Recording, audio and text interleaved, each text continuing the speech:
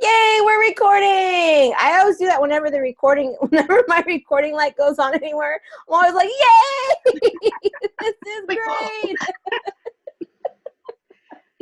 great. So thank you so much for talking to me today and sharing about your love life and what's happened, what's changed for you in your love life and all those kinds of things. And I'm really excited to be able to talk about your story because it's so beautiful and it just it just lights me up just thinking about it. Imagine how it makes me feel. I know. I know. So so why don't you introduce yourself? Okay, my name is Dawn. Hi, ladies. Hi, everyone. I'm a registered nurse. I live in New York City. And I guess I'm here to just talk about me finally finding and getting to the place where I wanted to be in my love life. Yeah, that's so great. And also, something you might not know, Dawn is a mom. Her son is 12? 14. 14. Oh my gosh. You must have been 12 when I first met you. Wow. 14, he's in high school now. Oh my gosh. That was so fast. Mm-hmm. So, love, I'm going to ask you a couple of questions that I think people would really want to know if they were watching this. They probably would want to know what was going on in your life when you and I first started working together to heal and work on your love life together. What was going on at the time? When I reached out to you, it was maybe 6 months past me signing divorce papers. Mm-hmm. I was married or had been married for 13 years, and it had been a really difficult relationship. It was a horrible divorce. Like the entire process was very traumatic. So I, at that point, I think I was ready to start to heal and um, build back what I thought was almost impossible, which was actually having a really genuine and satisfying love life because it had been so long. Yeah. Yeah. And I love that you said almost impossible because that's the thing. It's like, even if you think it's 99% impossible, like anybody who reaches out to me knows it's at least, there's part of them that knows it's at least 1% possible. Yeah. I wasn't hopeless. Yeah. Not completely. All you need is that 1%. Mm-hmm. That's all you need. Sometimes 0.5%. And I was holding on to dear life just to that. Yeah. And so I'm trying to remember how we first connected. We first connected in the Date with Confidence Challenge, didn't we? I don't think so. I want to say that I had been following and kind of lurking in the background on your group. Okay. And how I found you was you actually did a podcast on dating while entrepreneuring or something like that, or single while entrepreneuring. Oh, cool. And a friend of mine sent it to me, and he said, I think there's this woman that we did a podcast with, and she's amazing, and I think you need to hear this one. He sent it to me, and I was like, wow, who's this woman? And what you were talking about was linking the law of attraction with finding love. And I had never really considered that was something that you could do, because I was familiar with the law of attraction and creating a life that you wanted, but more so like financially, business wise, those were the focus. So when you were talking, you just sounded so sincere, and your voice was it just had this quality about it that I was like, I gotta find this lady. So I Googled you, and then I saw you had a website, and then you also had this Facebook group, so I joined the group. And you were offering some one-on-ones to new or to clients that were looking to have a one-on-one, and I quickly fit myself into one of your slots before they filled up, and that's how we ended up having our first session. Cool. Because I totally remember our first session. Like, I remember talking to you then, and Aiden wasn't home. You had some time and you could actually talk. I totally remember that. But I couldn't remember how we got to that point. And I thought maybe it was when through the Date with Confidence challenge or something like that. But that's cool. So, and it was a little while before we actually had a chance to have a session together then, when from the podcast to when we actually spoke. Yep. Cool. And so did you have any kind of like reservations about working with a love coach, or was there any kind of lingering doubts or fears that were going on? I didn't even know what a love coach was. I knew what a dating coach was, and I wasn't really interested in that. Yeah. My issues weren't with dating. Yeah. My issues were with what happens after you've been dating, or what happens when you date. Yeah. You know, how to move past the initial meeting and being with someone and learning about someone, how to get from point A to point B, which to me was meeting somebody suitable and then building a relationship and having a relationship. And I couldn't break that barrier for whatever reason. Yeah. And so I didn't have reservations, but because I had been following you in the groups for so long, I became familiar with your methods and what you were doing, and I believed in what you were doing. So when you made that offer for really, for new clients, or to get a session, I was like, I gotta get in here and talk to them.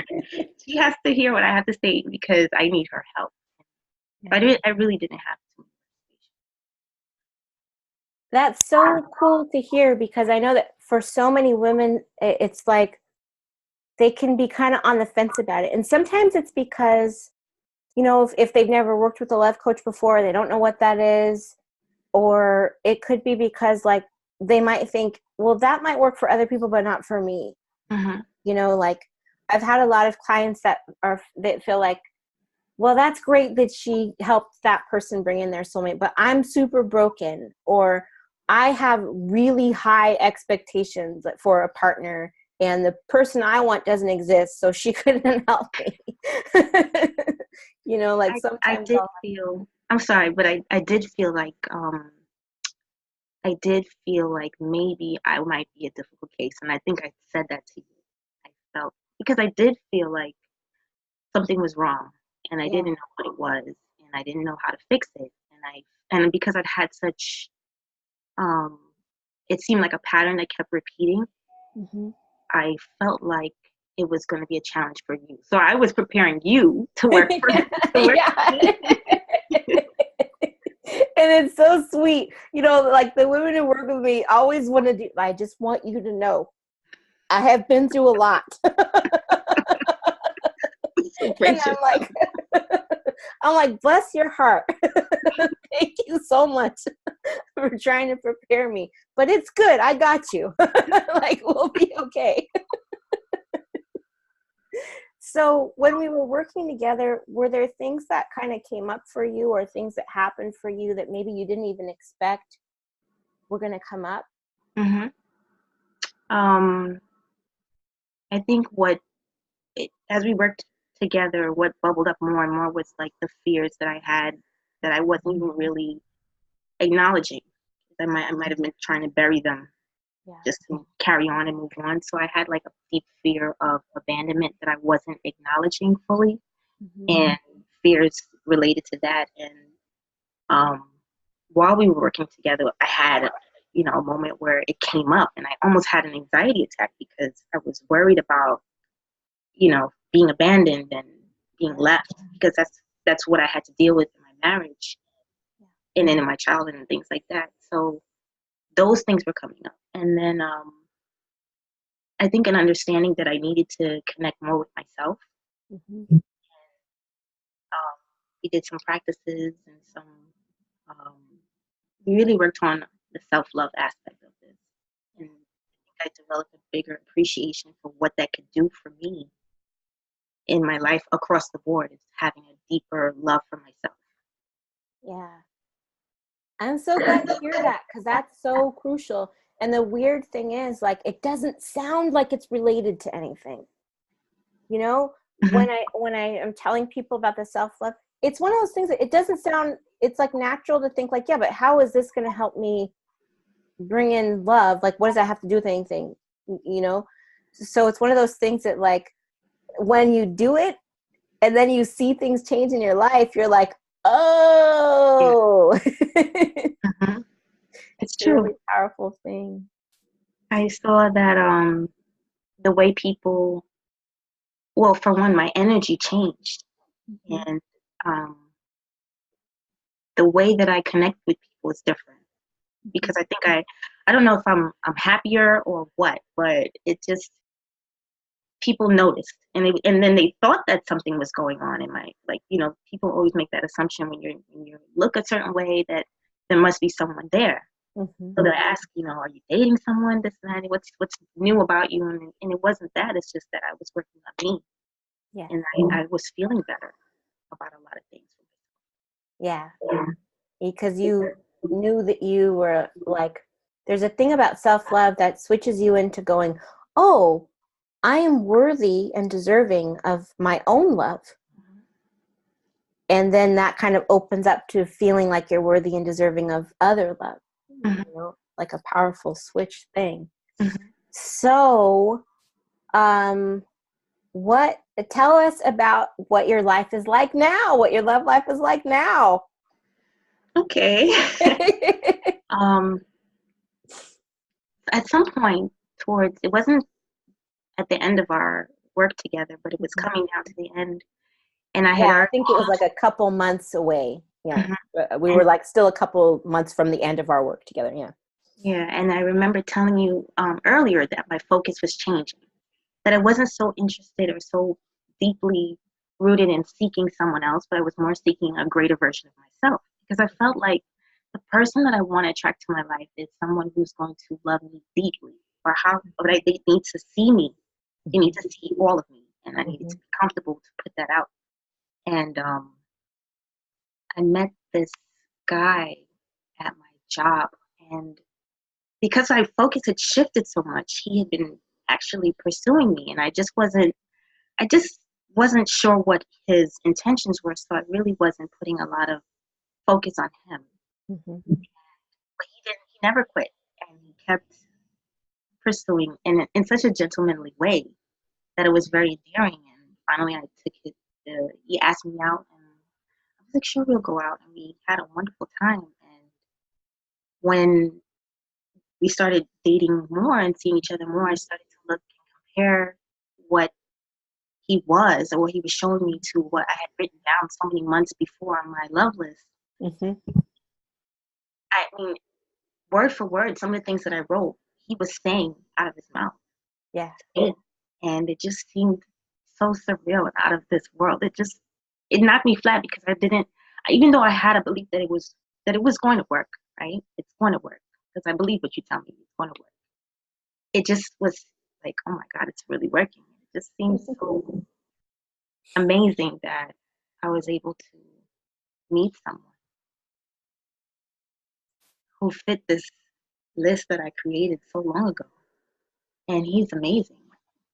He's great. He I feel like he's my soulmate, and he has said that to me. Before I could say that to him, he told me. And Yeah. and it's funny, we share so many qualities. And I don't, even when I have my doubts in the beginning, I wasn't sure if this was him. Mm-hmm. I pray a lot, and I would ask, is this him?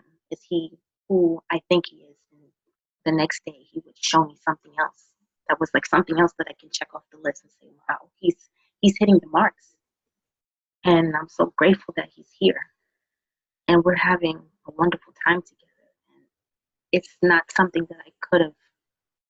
There was a time when I didn't think that I was gonna ever find someone who was gonna love me the way that I felt like I wanted to be loved, or I deserved to be loved. But I, he is that guy. He's that person. Yeah. And I'm so grateful that I took a chance in setting up that meeting with you and going forward with this program, because I don't think I would have had the tools or found them in this way if I didn't. So I'm grateful to you.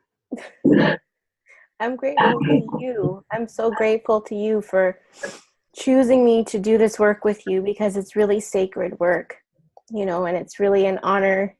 And to get to see how happy you are now, it's like, where is my Kleenex? Okay. Dawn, so happy for you. I'm so beyond happy for you and so proud of you. And you did such a beautiful thing in your life. You made this happen for yourself. I'm so glad that I got to walk this path with you and be there to see this, you create this in your life. I'm just so grateful for that opportunity and to be able to witness this in your life. So thank you for that. Thank you. Thank you. And thank you for taking time to talk about it today. That's just really so generous, and you never know who is out there. You know, I always think about like who's out there like sitting on her couch right now, you know, feeling brokenhearted, with her heart just crying out, thinking, you know, why does my life have to be like this? Why do I have to be alone? Is this what it's just going to be like for me? You know, and you never know who needs to hear your story, whose life you're going to bless just by sharing that it changed for me. Mm-hmm. You know, so she knows it can change for her. Mm-hmm. I know that I would never want anyone to feel hopeless and to not have that, no matter what. You always said something that it really stuck with me. And you would say something about if it's something that you truly desire, it means it's something that you can have. And you didn't say it that way, but you said it in a way that I understood it. If I have a desire in my heart for something, then it's like almost like someone has placed it there. Yeah. Something that you can have. Yeah. And that helped me get over that hump of feeling like maybe I'm asking too much. Because I felt like that. I was asking too much, that I didn't, maybe what I was asking was impossible or out of my reach. Yeah. And that kind of gave me encouragement to believe in what I was feeling as my desire, to know that it's possible to have. Yeah. Yeah. I think it was something like you wouldn't have this desire if it wasn't out there for you. Because it's like, God is not that cruel. Yeah. Right. To create this desire in you without any means to satisfy it. Right. Yeah. Well, thank you so much for talking with me about this. And okay. It was my pleasure. I so appreciate you, love. Thank you. And I know that even bigger and more beautiful things than you've even imagined up to this point are coming. Even more is coming. This is the beginning. This is the beginning of even greater good in your life. I'm just so honored to get to see that happening for you. So thank you, love. You're welcome. You're welcome.